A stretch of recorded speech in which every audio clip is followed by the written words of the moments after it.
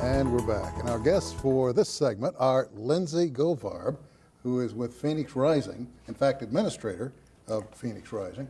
And also we have Geoffrey Wilbur, who is the principal of the residential buildings and facilities. Good to have you both here. Thank you. Thank you. First of all, a definition. What is Phoenix Rising? Phoenix Rising is a collaboration between Tulsa Public Schools and the Tulsa County Juvenile Bureau. It is a high school for at-risk kids, 9 through 12, who have experienced any of the, most at-risk type of issues, such as being adjudicated, being with DHS, homelessness, pregnant parenting teens, substance abuse, parental incarceration, either past or present. So, And one or both parents could be incarcerated. yes, currently we have 44% of our students have one or more parents incarcerated. And, also it's a school for kids to feel safe. We have kids that may not be in any of those categories, and they just like a smaller environment. So it's a pretty interesting and unique place. Jeff, you've got your hands full with the residential section. Do you guys ever end up in long-winded discussions of just letting the kids talk? We wind up in discussions all the time. And generally speaking, the students really want somebody to talk to, and they want an adult really to talk to. And we do a lot with our residential sites because they are hospital sites, or residential with the juvenile justice system, with the adults, because a lot of kids need that positive adult role model so that they can actually see what a positive relationship can be, and positive actions and positive goals. So you're dealing with relationships that the child may have with his or herself, relationships that same child might have with other children, relationships that child might have with a parent or the parents, and relationships with authority. Yes, sir. So it gets complex. There's nothing simple in anything that we do with any of the alternative or residential sites. You guys have counselors on site? Yes. Yes, we have a full-time clinician that is there to do individual counseling. We have several groups, outside agencies that come in to do grief counseling, pregnant parenting teens, anger coping, anything, substance abuse. We have a lot of family therapy, individual therapy, things that the kids need, whatever's going on. Last year we lost 2 kids. How do you mean lost? They died? They were killed. They were killed. And so it was very hard on the student population. So we had a lot of support, both from Tulsa Public and Tulsa County Juvenile Bureau and the community surrounding that. Have you folks been in operation long enough to see these children go on, finish school, and perhaps come back and say, hey, look at me now? Yeah, Yes, Phoenix Rising's been around for about 12 years. technically, yeah. And as a high school, it has had graduates that have gone on and been successful.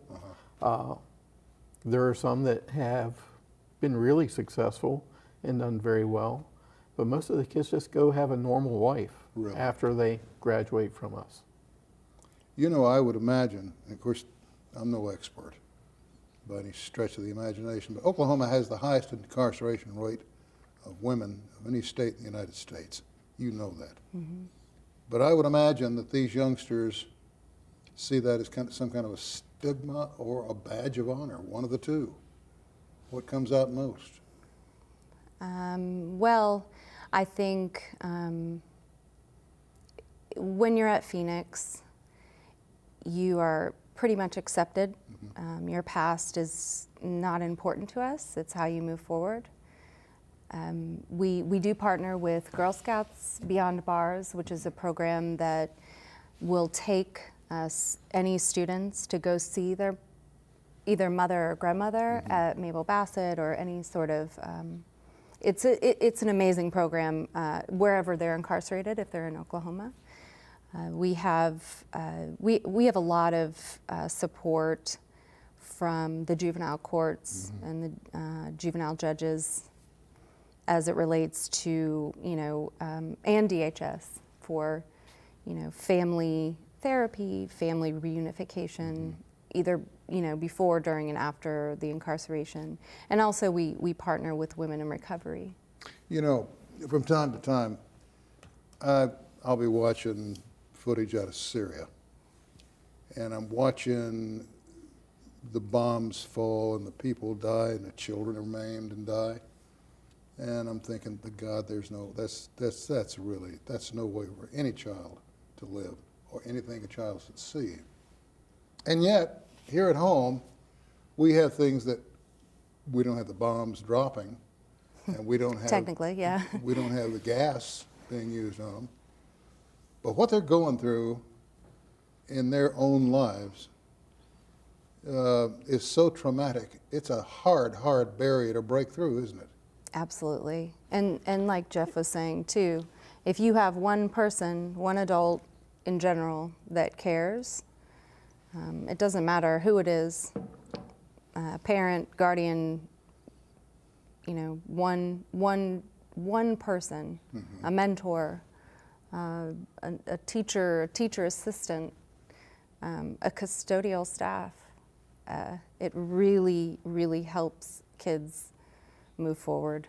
Just a friendly word or a smile can do a world of good. Yeah. It can really ground them back into a good societal relationship, because when they're under 14 years old, and they've seen some things, or they've gone through some things, or they're struggling with family stuff, then they need that adult that can actually ground them back into that good reality, because kids can suffer from that PTSD the same as a military person can. And people don't realize that.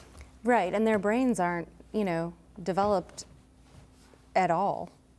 I mean, definitely neurologically, because they've had this trauma and their brains aren't developed, it's very difficult. How long has your program been around? Well, it actually, our partnership with Tulsa Public wasn't, it started 2000. Yeah, the program was actually, it was always started for this sort of re-engagement into learning, and it was a very innovative pilot program. Started mainly by judges. So it was never really they wanted an educational component, but it was really to kind of re-engage them in positive relationships, positive social skills, being positive community participants. And I can well imagine that some days either one of you might go home, the color of your skin a little bit darker because of the weight that you're carrying when you see what these children have gone through and you hear their stories. But I would also venture there have to be times when you go home with a smile on your face because you broke through. Is that a frequent occurrence for you? I would say yes for me. I've been working with the alternative setting for pretty close to 11 years.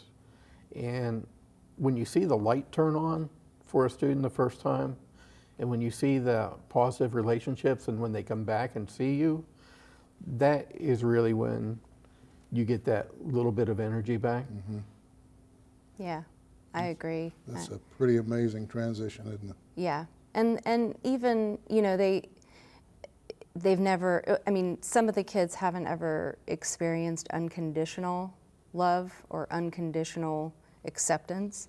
So even if they relapse, or even if they make a mistake, or something occurs where something happens in their life where they feel as though they've disappointed us in some way, shape, or form, and we're not angry we don't just throw them away.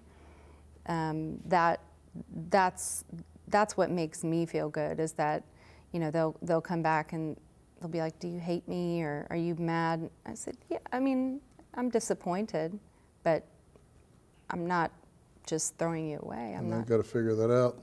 Yeah. That's pretty cool. Hey, thank you guys for coming Thank in. you. And You're keep us up to speed on your organization, will you? We will. When you've got growth going on or new developments, send them to us. Maybe we can do something with it, okay? Okay. Thank you. Yeah. Thank you both. No, Thank thank you. you. All right. The Claremore Hall of Fame is right around the corner. Big honors in this neck of the woods. We'll have more when we come back.